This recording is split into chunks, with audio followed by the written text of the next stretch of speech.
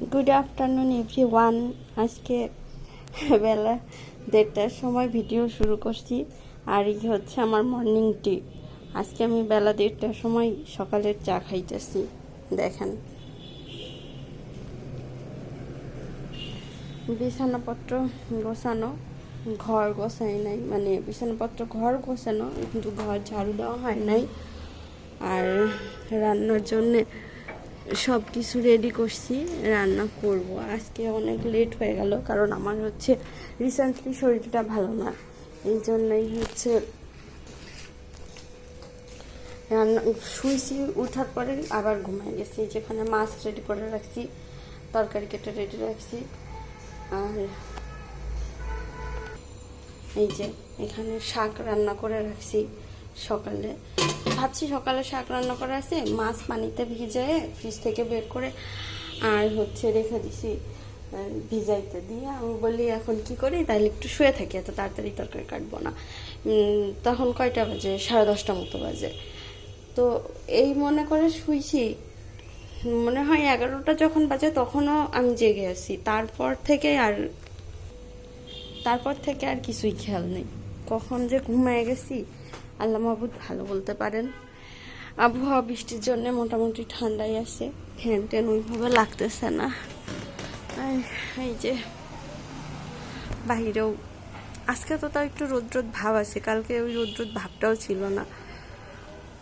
কাপড় চোপড় ধুয়ে দিছিলাম কালকে, তো সব একদম রাতেই হয়ে গেছে। মানে অন্য সময় দিলে ধরেন, আজকে যদি রাত্রে দিই, রোদ উঠলো, টানা রোদ উঠলে রাত্রে যদি দেখি, সকাল হইতে হইতে দেখি কাপড় শুকিয়ে গেছে। আর হচ্ছে যদি কালকে যেমন স্যাঁতস্যাঁতে ছিল, পরশুদিন রাতে কাপড় চোপড় ধুয়ে দিছি, একদমই কাপড় চোপড় ভেজাই রয়েছে আর গন্ধ হয়ে গেছে। সেগুলো আমার ডাবল করে ধোয়া লাগছে, কি একটা অবস্থা। এই জন্য আমি ভাবছি রোদ উঠলে দিনে ধুয়ে দিব, দিনেই ধুই বেশি, তাও মাঝে মাঝে হঠাৎ বেশি হয়ে গেলে আর কি রাত্রে ধুয়ে দিই।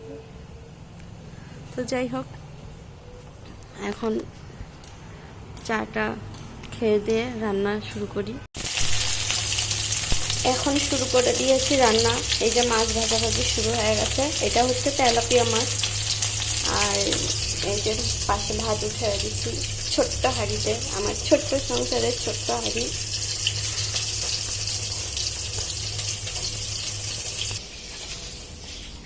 তো মাছ ভাজা হইতেছে, সেই ফাঁকে একটু ছাদে যে ফুল দেখে আসি। দরজাটাও খুলে রেখে আসলাম, বিড়াল আসবে তো। সেভাবে বিড়াল আসে না, কিন্তু ওই একটা বিড়াল আসে পাশের বাসায় আসে, ওইটা আসে না। কিন্তু এ বাসারই যে আন্টিদের আসে, দোতলা আন্টিদের, ওই বিড়ালটা আসে, ম্যাক্সিমাম টাইমই আসে। অনেক ফুল ফুটছিল, কিন্তু দুঃখের বিষয় হচ্ছে অনেক ফুল ফুটছিল। যেটা দুঃখের বিষয় সেটা হচ্ছে এখন আর একটা ফুলও ফুটে নেই, শুধু এই দুইটা ছাড়া। দেখেন কত সুন্দর হলুদ কালার, গোলাপি একটা ফুল ফুটছে, এটাও সুন্দর। এই দুইটার আমি হচ্ছে ডাল নিব। আর আরেক এই লাল ফুলটা আমার আছে, এটাও তো ভাল লাগে না, কিন্তু ওই কালারটা ভাল লাগে, ওইটা ডাল নিব আমি একটা। যাই হোক, দেখেন অনেক ফুল ফুটছিল, কিন্তু আসার আগে সব। আর আন্টিদের পুঁই শাক গাছটা দেখেন,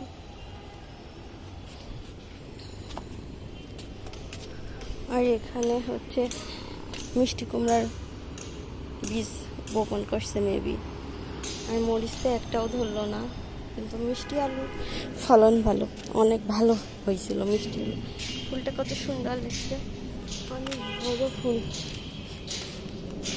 প্লেন যাইতেছে, ল্যান্ড করবে। আমার মিষ্টি কুমড়া গাছ তুর করে বাড়তেছে, বাড়ুক। আর এই যে করলা গাছ, 4টা করলা গাছের সাথে একটা ছোট্ট চাল কুমড়া গাছ। আমার গাছে আজকে একটা ফুলও ফুটে নাই। তবে আসার কথা হচ্ছে, নতুন গাছে হাই পড়ে যাচ্ছে কেন? এখানে একটা কড়ি আসছিল, পড়ে গেছে। এখানে 2টা কড়ি আসতেছে, এই পাশে হচ্ছে এই যে এখানে একটা আসতেছে মনে হয়, আর এইখানে একটা, কিন্তু এই ডালটাই হয়ে গেছে। আর এই গাছটাতে যেগুলো ছিল আপাতত নাই, ওইগুলো সব ভেঙে ভেঙে ছোট ছোট করে আরও গাঁথতে হবে, বাট আমার কাছে হচ্ছে মাটি নেই। তো এখন রোদের মধ্যে একে তো, আর দ্বিতীয়ত সময়ই নেই ছাদে থাকার, রান্না করতে হবে।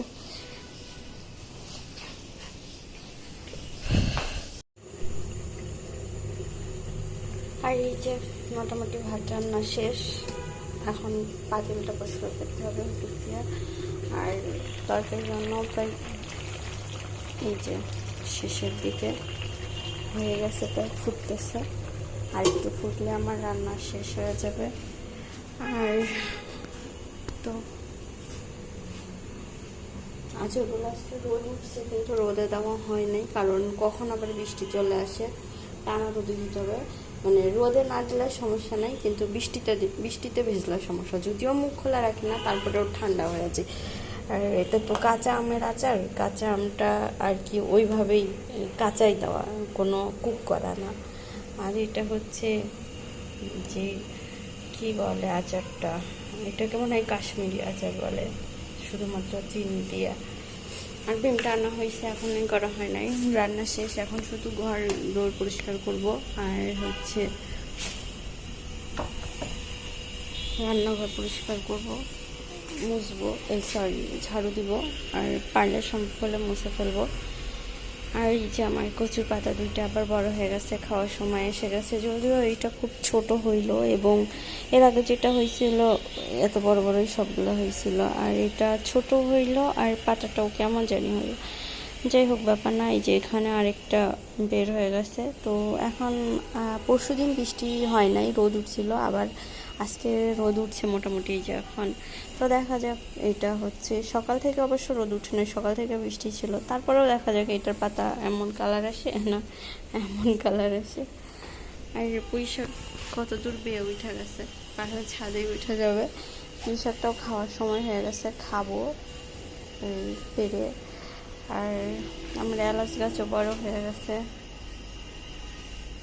সব গাছই সুন্দর হয়েছে বৃষ্টির পানিতে। আরও গাছ লাগাবো, কিন্তু মাটি নেই জন্য লাগাইতেই পারতেছি না। আর আমার মরিচ গাছ দেখেন একদম রেড, কত সুন্দর কালার আসছে লাল। আর এই যে নতুন করে আসছে আবার একটা ফুল হয়েছে, দেখা যাক কি হয় ফুলটা। আনারস গাছটাও লাগাইতে হবে, মাটি নেই জন্য লাগাইতে পারতেছি না। আনারস গাছটার উপরে পানি জমছে, যেটা ভালো না, পচে যাবে।